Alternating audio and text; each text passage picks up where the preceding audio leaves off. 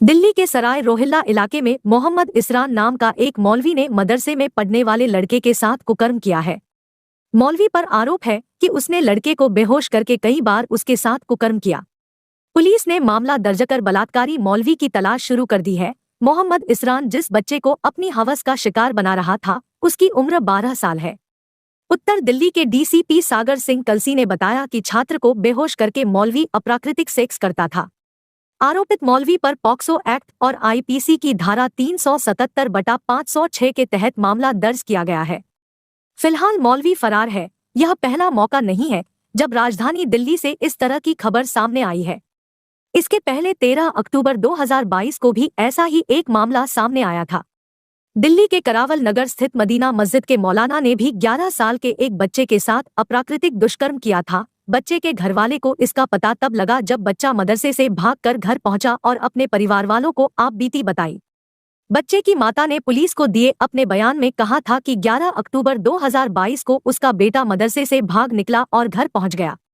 इसके बाद घरवालों के सामने बच्चे ने मौलाना मोहम्मद जावेद की काली करतूत का खुलासा किया। बच्चे ने अपने परिजनों को बताया कि अगस्त महीने में जब स्वतंत्रता दिवस की तैयारी चल रही थी, तब मौलाना मोहम्मद जावेद ने बच्चे को अपने कमरे में बुलाकर दुष्कर्म किया।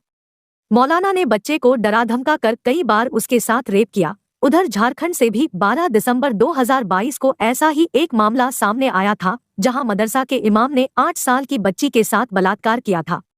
इस घटना के सामने आने के बाद पुलिस ने आरोपित मौलाना को गिरफ्तार कर लिया था। आइए साहब, अब आपको समझ में आ रहा है आपके देश में क्या चल रहा है? अभी तो कुछ भी नहीं है। अगला खबर देखेंगे तो आपके पैरों के नीचे से जमीन निकल जाएगी।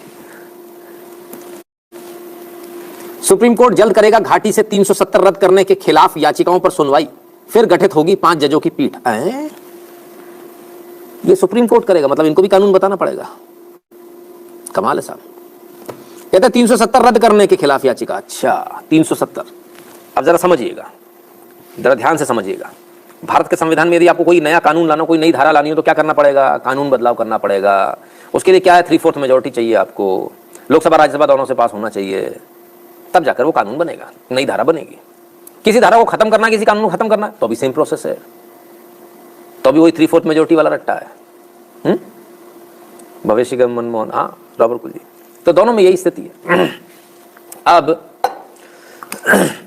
साहब का कहना है, बड़े साहब का, 370 हटाने को लेकर ये सुनवाई करेंगे जज साहब, योर ऑनर। 370 किसी ने नहीं हटाई, 370 किसी ने नहीं हटाई। उसके अंदर के प्रावधानों को हटाया है, और अंदर के प्रावधानों को हटाने का exclusive right president of India के पास है। भारत के संविधान ने उनको एक्सक्लूसिव राइट दिया, सिर्फ उन्हीं के पास है। चीफ जस्टिस नहीं हटा सकता। अगर कोई हटा सकता तो वो सिर्फ और सिर्फ प्रेसिडेंट ऑफ इंडिया हटा सकते हैं। लोकसभा और राज्यसभा भी नहीं हटा सकती। वो कानून को रद्द कर सकते हैं, उसके अंदर के प्रावधान को नहीं हटा सकते। वो अनुशंसा करेंगे राष्ट्रपति जी से, महामहिम राष्ट्रपति जी, आपसे निवेदन है आप ये प्रोविजन हटा दीजिए इसमें से। ये अधिकार जोड़ने का नहीं, हटाने का अधिकार पूरा है, राष्ट्रपति को अधिकार है। और इसी अधिकार का उपयोग करते हुए एक लाइन का लेटर लिख दिया था राष्ट्रपति ने, तत्कालीन राष्ट्रपति जी ने, और ये कहा था कि 370 के सभी प्रावधान हटाए जाते, 2 प्रावधानों को छोड़ के, क्योंकि सारे हटा दोगे ना तो धारा खत्म हो जाएगी। फिर वो लोकसभा राज्यसभा 3/4 मेजोरिटी फलान ढेकान दुनिया भर के रट्टे। तो क्या किया? 2 प्रावधान छोड़ दिए। क्या कि कश्मीर भारत का अभिन्न अंग है। बहुत सारे प्रावधान होते हैं ना, उसमें से 2 प्रावधान थे, तो 2 प्रावधान छोड़ के बाकी सभी प्रावधानों को निष्क्रिय कर दिया गया, निष्प्रभावी कर दिया गया। अब और मजे की बात लीजिए, इसकी सुनवाई करेंगे। कानून तो हमने बदला ही नहीं है, सुनवाई क्या करोगे आप? ये आपके प्रीव्यू में ही नहीं आता सर, ये तो दादागिरी हो रही है। जो आपके प्रीव्यू में नहीं आता, जो आपको नहीं सुनना चाहिए, आप वो भी सुन रहे हो। ये बेसिकली आप कार्यपालिका में दखलंदाजी कर रहे हो, डेली बेसिस पे कर रहे हो। तो आप ही चला लो, संसद को भंग कर दो, हटा दो इन सबको, भगा दो सबको, एमपीस को। राष्ट्रपति क्यों बैठा रखे हैं? उनको भी हटा दो सर, चीफ जस्टिस ही चला लेंगे इस देश को। आप राष्ट्रपति के एक्सक्लूसिव राइट में, उनकी टेरिटरी में जाकर आप ये करोगे कि हम बताएंगे क्या सही किया, आपने क्या गलत किया। Can you do that? ये बहुत ज्यादा ओवरस्टेपिंग हो गया, तो बहुत ज्यादा हो गया। इस पर महाभियोग चलना चाहिए, बहुत आवश्यक है, बहुत आवश्यक है। भारत सरकार को चाहिए कि अब लगाम लगाने का समय आ गया है। जब तक आप महाभियोग जैसी प्रोसीडिंग नहीं करेंगे, ये मामला यहां रुकेगा नहीं। तो मैं हैरान हूं साहब देखकर। शाहरुख खान की आने वाली पठान मूवी हिंदुओं फ्लॉप होनी चाहिए, क्योंकि अगर ये हिट हो गई तो याद रखना आज पठान है, कल औरंगजेब, तैमूर, मोहम्मद गौरी और बाबर को भी हीरो दिखाया जाएगा तुम्हारे ही देश में। इसलिए इस पिक्चर को चलने नहीं देना है।